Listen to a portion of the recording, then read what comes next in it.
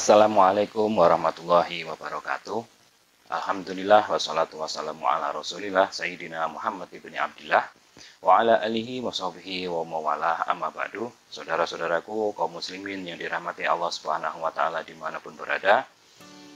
Pada kesempatan kali ini saya akan membahas dan mengkaji tentang adab dan kesunahan ketika buang hajat. Nah, saudara-saudaraku sekalian yang dirahmati Allah Subhanahu wa taala, Allah Subhanahu wa taala berfirman, "Wallahu yuhibbul mutatahhirin." Dalam surat At-Taubah ayat 108 ini, Allah menegaskan bahwasanya Allah itu menyukai orang-orang yang mensucikan dirinya atau membersihkan dirinya.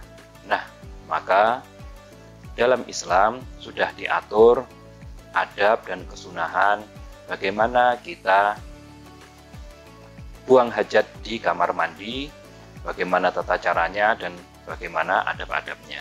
Nah, yang pertama yaitu kita sebelum masuk kamar mandi mengucapkan doa. Allahumma inni a'udzubika minal khubusi wal khaba'is. Jika tidak sempat, cukup mengatakan ta'awud dan basmalah, yaitu a'udzubillahi minasyaitonirrajim, bismillahirrahmanirrahim. Nah, kemudian kita disunahkan juga memakai sandal ketika masuk kamar mandi. Adapun yang tidak ada sandal dan kebiasaan tidak pakai sandal juga tidak apa-apa. Nah, kemudian selanjutnya ketika kita mau masuk kamar mandi, kita juga harus hati-hati, yaitu jangan sampai kita membawa zikir ataupun barang sesuatu apapun yang di situ ada lafaz Allahnya atau ayat Qur'annya, seperti buku dan lain sebagainya. Nah, kalau bisa jangan dibawa ke dalam kamar mandi. Akan tetapi jika kita di tempat kamar mandi umum, maka hendaknya itu ditaruh di tempat penitipan atau kita menaruhnya di saku, yaitu misalkan cincin yang ada lafaz Allahnya atau cincin yang ada batu akiknya, itu silahkan dilepas kemudian ditaruh di saku ataupun di tas sekiranya nanti tidak hilang. Nah, takutnya nanti kalau ditaruh di luar itu akan hilang. Nah, kemudian ketika kita masuk ke kamar mandi, itu juga kita disunahkan untuk menutup kepala. Nah, adapun menutup kepala ini itu adalah hanya adab dari dalam Islam, yang mana di dalam kamar mandi itu adalah mayoritas tempatnya setan. Maka jangan sampai kita mengeflor semuanya, yaitu membuka semuanya apa yang ada pada tubuh kita, dan hendaknya kita menutup kepala. Adapun menutup kepala tidak harus dengan kopiah, tidak harus dengan topi. Nah, yang penting tertutup, entah dengan handuk atau yang lain sebagainya. Nah, kemudian selanjutnya ketika masuk ke dalam kamar mandi, yaitu mendahulukan kaki kiri. Kemudian kalau nanti keluar, dia mendahulukan kaki kanan. Nah, di dalam kamar mandi kita disunahkan untuk tidak berbicara. Nah, kenapa? Karena Nabi Shallallahu Alaihi Wasallam itu bersabda bahwasanya Allah sangat murka kepada orang yang berbicara ketika di dalam kamar mandi, apalagi bernyanyi. Nah, ini yang menjadi problem ya sebagian dari saudara-saudara kita, khususnya yang perempuan ya. Jangan sampai kita bernyanyi lagi di dalam kamar mandi, karena hadisnya sangat jelas sekali, Allah Subhanahu wa taala murka kepada orang yang berbicara, bercakap-cakap di dalam kamar mandi. Sekedar bercakap-cakap saja Allah sudah murka, apalagi kita bercanda, kemudian mungkin curhat atau mungkin malah bernyanyi-nyanyi di dalam kamar mandi seakan-akan mengajak disko setan-setan yang ada di dalam kamar mandi.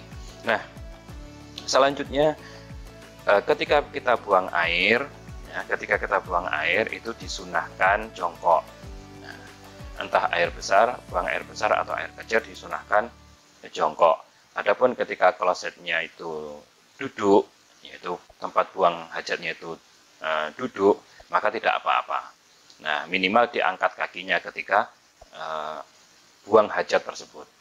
Nah, demikian juga dengan buang air kecil. Nah, disunahkan jongkok dan tidak membelakangi ataupun menghadap kiblat.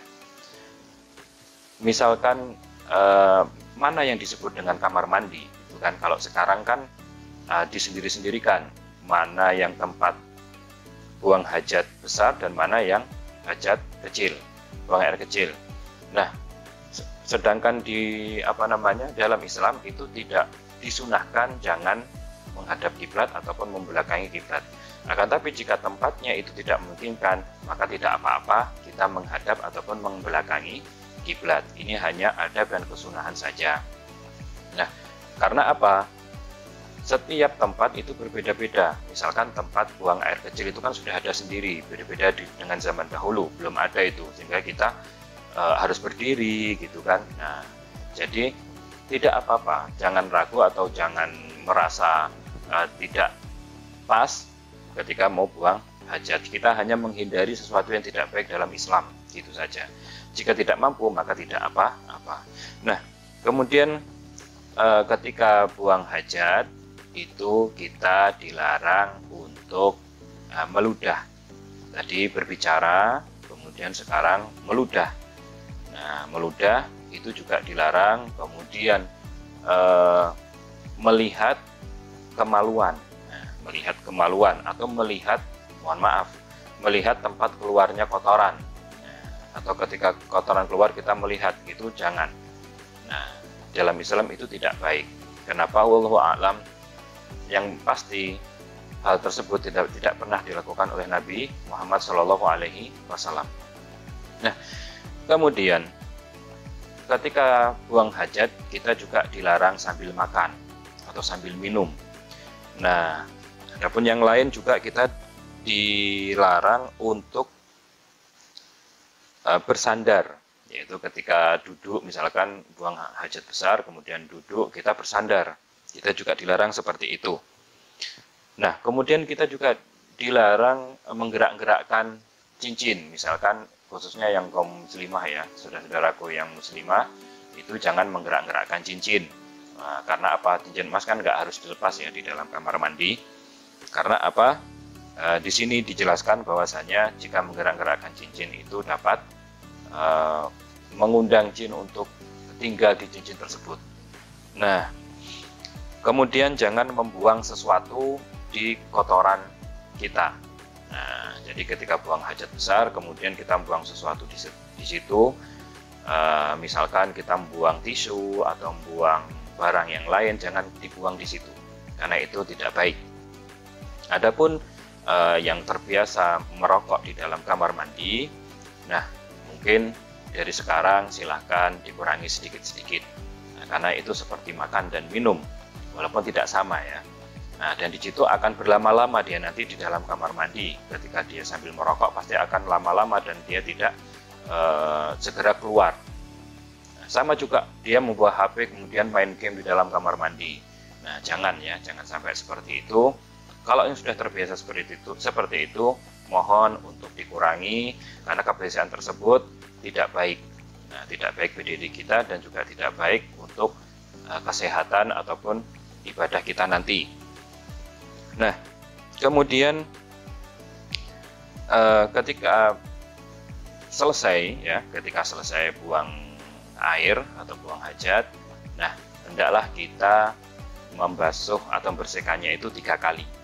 Nah, 3 kali ini terserah ya, mau 3 gayung bisa atau 3 semprotan pun bisa. Yang penting 3. Nah, dan disunahkan membersihkannya itu dengan tangan kiri dan dengan jari tengah. Nah, dengan jari tengah kita ini kita gunakan untuk membersihkan kotoran yang tersisa ketika kita membersihkan diri. Nah, kemudian selanjutnya ketika sudah selesai, kita selesai buang hajat tadi, hendaklah kita memperhatikan sekitar. Nah, jangan sampai sisa-sisa hajat kita itu masih tersisa di sekitar kita dan hendaknya dibersihkan agar yang lain itu ketika menggunakan kamar mandi tersebut juga tidak jijik. Nah, kemudian ini juga yang sedikit penting, yaitu masalah pakaian ini ketika buang air atau buang hajat, hendaknya kita melepaskannya itu jangan langsung semuanya. Nah, jadi secukupnya saja ketika melepaskan pakaian, jangan kemudian takut kena cipratan, tidak usah kena takut cipratan. Misalkan pakai sarung kemudian hanya sekedar buang air kecil saja, sarungnya dilepas semua. Nah, tidak ya. Nah, demikian yang dapat saya sampaikan, semoga bermanfaat, dan usikum wa ya nafsi bitaqwallah. Assalamualaikum warahmatullahi wabarakatuh.